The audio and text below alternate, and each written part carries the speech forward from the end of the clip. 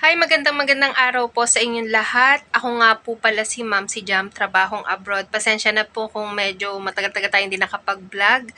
At marami po kasi sa akin nagme-message, nagko-comment regarding po sa Turkey. So pag-uusapan po natin yung Turkey dahil pansin ko talagang demand na demand ang ating mga kababayan na Pilipina na magtrabaho or mag-apply po sa bansang Turkey.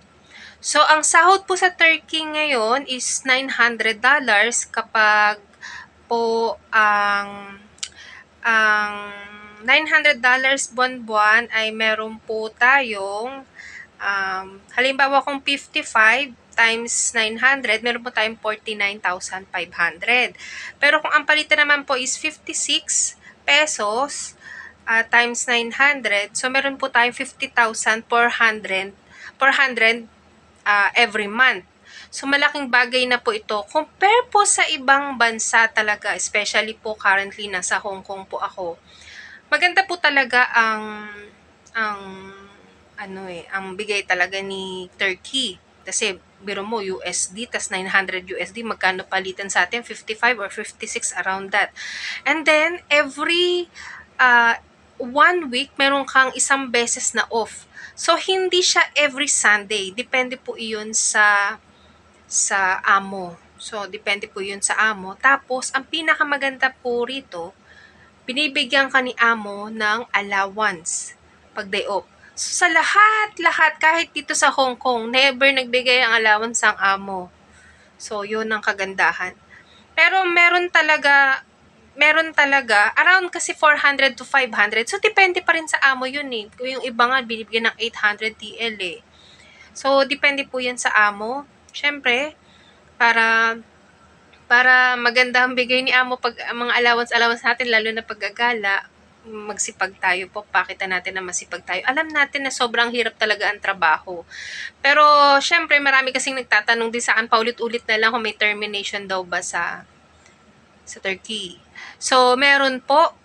Kung dito po sa Hong Kong marami, sobrang dami ang na-terminate, dun din po din sa Turkey, marami din po na-terminate. Sad to say kasi ang pagkakaiba dito sa Hong Kong, dito kasi sa Hong Kong, ang termination dito, sagot ni amo yung flight ticket at meron ka 100 or $200 na pamasahe. Doon kasi wala. Dapat makahanap ka. Kung di ka makahanap ng magiging illegal ka kung mag-i-stay ka unless uuwi ka ng Pilipinas. Dito kasi, pero kang 14 days para makahanap ng amo. Kung di ka makahanap, uuwi ka. Yun. Pero magkakagandahan kasi dito dahil malapit ng Pilipinas sa Hong Kong, sagot na ni amo yung pauwi mo sa Pilipinas. So marami nagtatanong kasi ng ganon. About naman po sa trabaho, maliit kasi ang bahay rito sa Hong Kong. At sa Turkey, sobrang laki ng mga bahay talaga. At talagang energetic yung mga bata, talagang, ano ba tawag nito? Malilikot. Takbo dito, takbo doon. Hindi kagaya kasi dito. Depende kasi sa depende kasi sa bata eh. Alam natin pag malilit talaga, excited silang tumakbo, excited silang maglaro, excited sa lahat ng bagay ba. Kaya dapat talaga gagabayan mo. About naman sa pagluluto kasi, depende rin sa amo. Meron naman, ang mga Turkish kasi, mahilig, parang Middle East. Kung familiar po kayo sa Middle East, na mga nagtatrabaho po sa Middle East, mahilig po sila sa kamatis. So, kung nagluluto ka sa Middle East, meron kasi silang mga putahe na katulad din sa Middle East. So, yun po. Pero yung country niya, may mga tao na rin mga nagbibikini, open siya kahit na Muslim country siya. Open na po yung mga tao. And then, kahit papaano masasabi ko na ang compare kasi dito talaga, kasi nandito ako sa Hong Kong, hindi ko masabi na ikikip ka nung amo eh. Alam mo, marami kasing kwento dito sa Hong Kong na kahit 20 years kang nagtrabaho, kung talagang bitawan ka ni amo, ite-terminate ka. Kahit sabihin natin good ka eh. Depende kasi. Pero sa Turkey, kahit papaano masasabi ko, ang nade-demand kasi doon, possible kasi yung mga katulad nating domestic helper. Kasi yung iba talaga nahihirapan. Unang-una nahihirapan sila sa pagkain. So, hindi lahat ng amo ay mapagbigay sa pagkain. Pangalawa, hindi lahat ng amo ay binibigyan ka talaga ng rest. So, kapag naka-duty ka talaga at general cleaning araw-araw, hindi kagaya kasi dito, maglilinis ka. Sobrang liit kasi ng bahay dito sa Hong Kong, madali mong malinisan. Pero sa Turkey kasi malalaki ang bahay, ilang kwarto, ilang CR, diba? Tas may bata pa. Pero, hindi kasi sila katulad ng Hong Kong na maraming abubot. Dito kasi sobrang abubot. Marami siyang abubot kaya mahirap din linisin kahit papano. Alam mo yung linis ka, maaano rin, lalo na pag alam mo yung amo burara. So, doon naman kahit papano masasabi ko na hindi sila ganung maraming gamit. Kaya madali mo naman siya linisin. Kasi part pa rin siya ng half ng Middle East. So, mabuhangin siya eh. Medyo dry pa rin yung ano niya. Ang problema lang dun, kung nakapunta na kayo o nakapag-work na kayo sa Middle East, di ba meron tayong sandstorm. So, wala naman siyang sandstorm doon, pero syempre buhangin. Buhangin.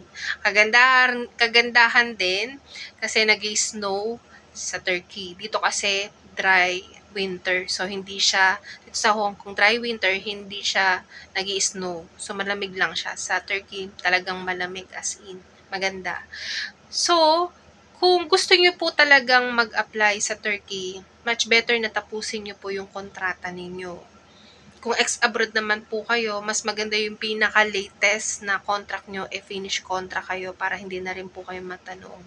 Kasi kung puro yung inyong record puro cut, break contract, mahirap po i-hire yung mga ganun. So, syempre, kadalasan kasi ang hinahanap nila talagang hindi masyadong mataba. So, yun. Pero kung ano naman, kung medyo mabigat ka naman, medyo mag-diet ka na lang. So, ganun.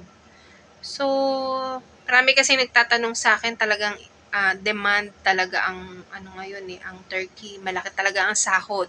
Pero ang tanong, kababayan, kaya mo bang magtrabaho sa malaking bahay? Kaya mo ba yung hawakan, i-handle pagsabay-sabayin?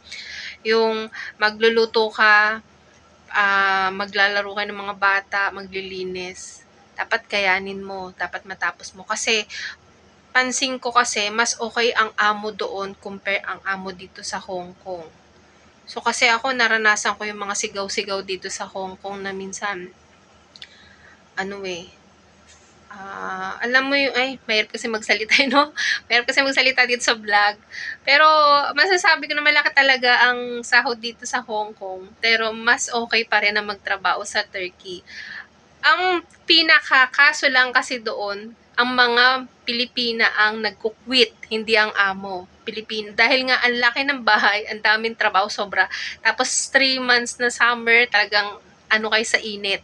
Pero kung talagang sanay ka magtrabaho, makakaya mong tapusin yung trabaho, yung kontrata mo. Imaginein mo, 49,000 a month. Ang hirap kitain sa Pilipinas nun. Kahit nga dito Kung nagtaas sila dito sa Hong Kong ng 4,990 kasi nagtaas sila dito na sa around 35K.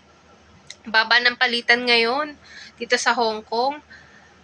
Tignan mo, 35K tapos dyan sa Turkey is 49. Depende kasi sa palitan 55 or 56 Pero inaano kinakalculate ko lang sa 55. Kasi normally gano'n ang palitan. Swerte dahil ako nag 57, 56, no? Pero kung 55, nasa 49,500. Tapos every day off mo pa, meron kang allowance. Sarap. Kung gusto niyo po talagang mag-apply, kailangan tapusin niyo yung kasalukuyan nyo kung saan man po kayong bansa at para makapag-apply kayo. So, pwede nyo pong i-search yung mga vlog ko about sa Turkey kasi meron po akong mga agency na binabanggit po dyan. So, yun po. Kasi marami na ako curious. Talagang nakakapanghinayang yung sahod sa Turkey. Pero kung kaya mo naman, bakit hindi? So, hindi ko rin masabi. So, itatry ko pong mag-apply sa Turkey next year after ko po dito sa Hong Kong. So, depende pa rin po kasi bala ko na rin po talagang mag for good na. Pero marami kasi nagre-request sa akin kung ano daw ba agency yung the best. So, mag-a-apply tayo, isa sa agency na binalag ko, kasi ganun din naman din yung nag-apply din ako dito sa Hong Kong, isa rin sa agency na binalag ko. Nag-apply ako, okay naman siya. So, kung gusto niyo naman, ang gastos po pala sa Turkey, may gagastusin po kayo. So, depende rin po iyon sa agency. Hanap ako ng agency by next year, kasi July ang end ng kontrata ko, July ng katapusan dito sa Hong Kong. Hahanap ako ng agency na as in, konti lang yung gastos. So, meron naman kasing ganong agency. Kasi napapansin ko kasi marami kasing mga kababayan natin na apply na lang ng apply. So, mas mainam po para sa akin dahil ex-abroad po ako. Ganyan din ako nung una. So, ako ang ginagawa ko kasi, nagsisearch ako ng mga agency, sinesearch ko yung mga info nila, tapos pinupuntahan ko noon sa Pilipinas. Lahat yun pinupuntahan ko. Tapos meron akong notebook, inaano ko, nire-review ko kung magkano yung gastos ko rito sa agency na to, magkano yung gastos ko rito sa kabilang agency, kung saan ako makakamenos. Kasi sa totoo lang, bawat agency po sa Pilipinas o kahit dito sa abroad, cross-country man or kahit na hindi po sila pare-parehas ang gastos. So, mas mainam po bago po kayo mag-apply, mag-research po muna kayo kung saan kayo makakamenos at kung saan mas mabilis makakapagpaalis. Kasi merong mga agency na hindi ganong mabilis magpaalis talaga ng aplikante. Lalo na kung ang yung aplikante merong problema sa medical. So, ingatan nyo po yung inyong medical, yung mahilig mag-iinom, magkakain ng taba ng baboy. So, may mga UTI. So, yun po, madali po nilang matrace. So, yun po. So, ngayong week na to, puro turkey po muna yung pag-uusapan natin kasi marami akong ang daming question kasi tungkol sa turkey. So, yun po. At maraming salamat. Sana po ay nakatulong po ulit ako sa inyo sa mga katanungan ninyo or konting katanungan at nasagot ko naman po ngayong araw. So, maraming salamat po.